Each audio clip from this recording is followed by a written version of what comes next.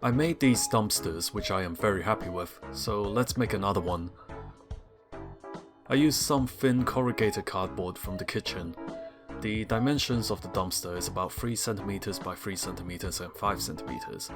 Once I cut a strip that is 3 cm tall, I proceeded to cut out the other side, which is 3 cm deep, and the front, which is 5 cm wide. I didn't cut through the cardboard, just halfway through so I can fold the cardboard. I finished up cutting out the remaining parts.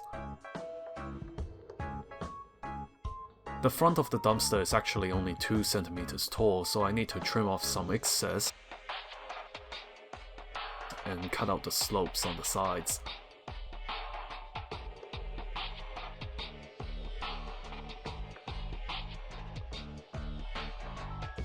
Once I'd done that, I folded and used tape to stick the box together. Then I cut out the bottom of the dumpster. It fits nice and snug.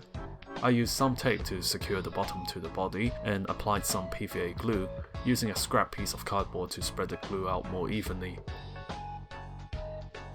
With the body of the dumpster built, I moved on to the hatches, which are 4 cm by 3 cm. The hatches are laid either neatly next to each other, slightly overlapping, and for this one I'll have it open. To complete the hatches, I added some patterns to their top side, using a thinner cardboard to cut 6 strips of lines at 3 cm by half a centimeter. I glued 3 to each hatch, eyeing their positions to the middle.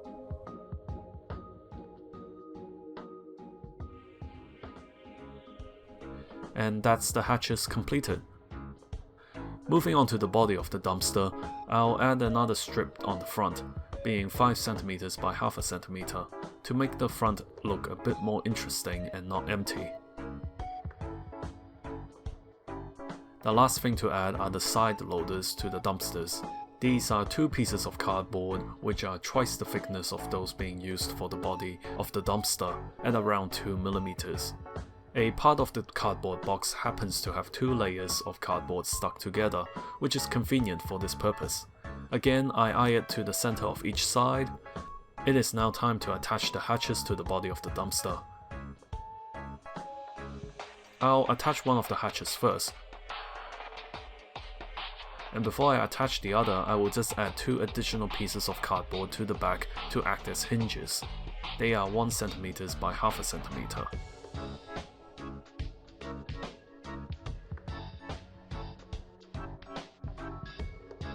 To keep the other hatch open, I bent a paper clip into the shape of a prop and stuck it onto the bottom of the dumpster leaning to the side. Then I glued the hatch on. Almost forgot to glue the other hinge on.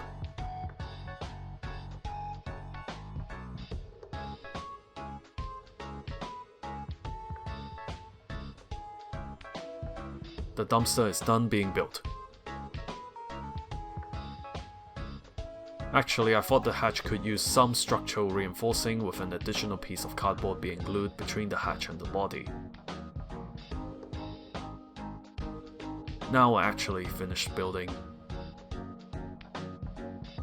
Okay, I also went back to revise the hatch prop a little and did a little more work on the hinge. Let's do some painting. First, I need to figure out which shade of green I used for the other 2 dumpsters I previously made, to keep them consistent. Let's try the first one.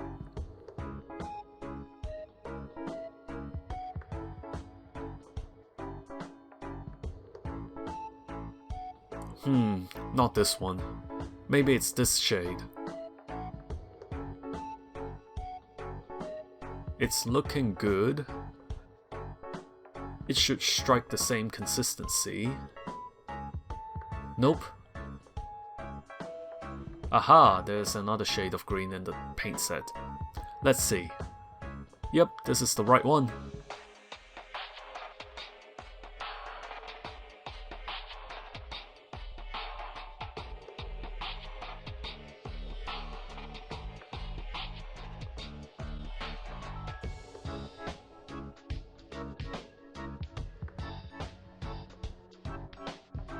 Once the body is done, we move on to the hatches, which will be base coat in a dark grey. Looks like the lid wasn't closed properly, and now the paint is a little dried and chunky. But that's alright, the paint still works, and the chunkiness might yield some interesting textures when we dry brush it.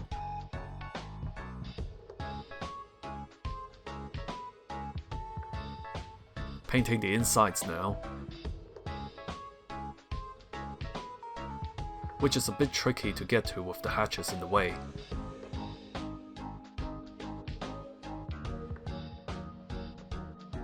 I can't get paint to cover all the corners of the inside, so I'll need to think of something to hide the unpainted bits later.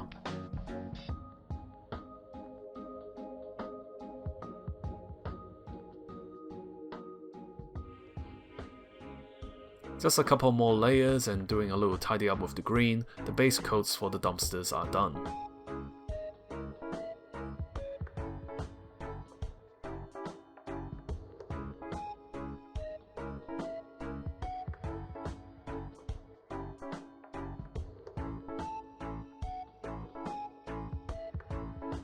Moving on to dry brushing, I mixed white paint with a hint of the dark grey I previously used to make this light grey, which is somewhat close to the tone of Space Wolf grey paint from Citadel Miniatures. I started off dry brushing the hatches, then making my way to the body of the dumpster, focusing on the sides and corners, and then making jabbing motion to the more open and plain areas of the body so to make it look a bit more busy.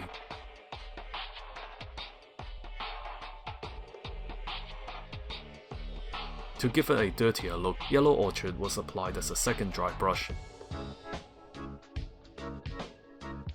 but only to select areas of the dumpster. After this, the dumpster is painted.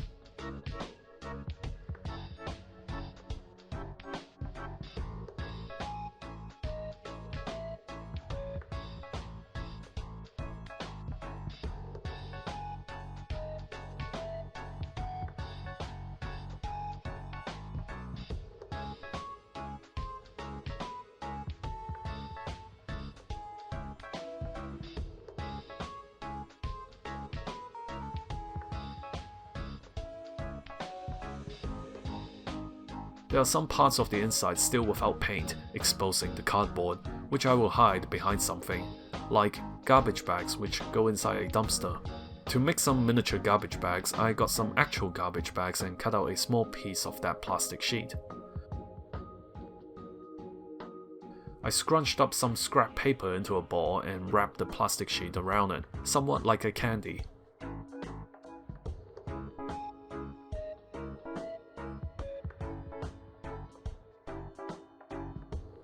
I then tied a thread around the top of the bag and secured it with a drop of super glue. The last step was to trim any excess sheet from the top. Looks pretty good. I also made another one using a white color plastic bag. If I fill the dumpster up with garbage bags, then maybe people cannot see the unpainted bits of the inside. I made some more using different colored threads.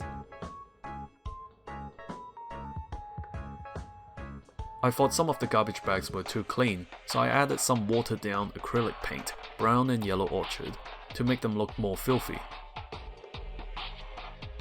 I just dabbed a few random drops on the bags. Making these are very easy, and so I made even more. Let's also make a garbage bag that is transparent and the garbage inside is visible. The principles are the same. I cut a sheet from a kitchen Ziploc bag and made some garbage by coloring in a piece of scrap paper and cutting it into bits. I then added those colorful bits to a scrunched up ball of paper and wrapped them in the transparent plastic sheet as before. I tied a thread around the top, applied a drop of super glue, and snipped off the excess. And that's the transparent garbage bag completed. Here are all the garbage bags assembled with the dumpsters. They're really fun to play with and they look great. At least one of my friends thinks so.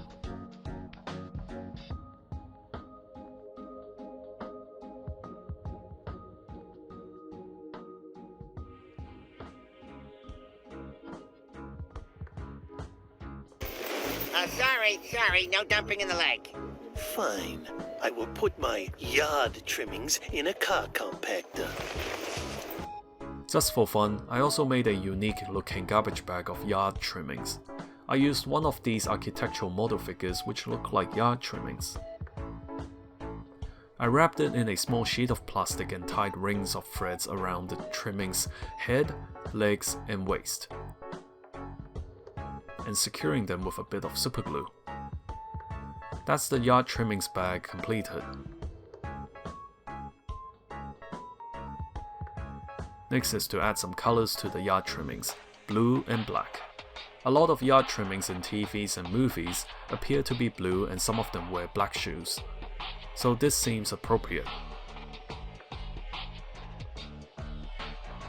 I also added a bit of shading to the plastic bag by washing some parts with watered down paint. Let's see how the yard trimmings fit in. Maybe over here. It looks perfect. Thanks for watching.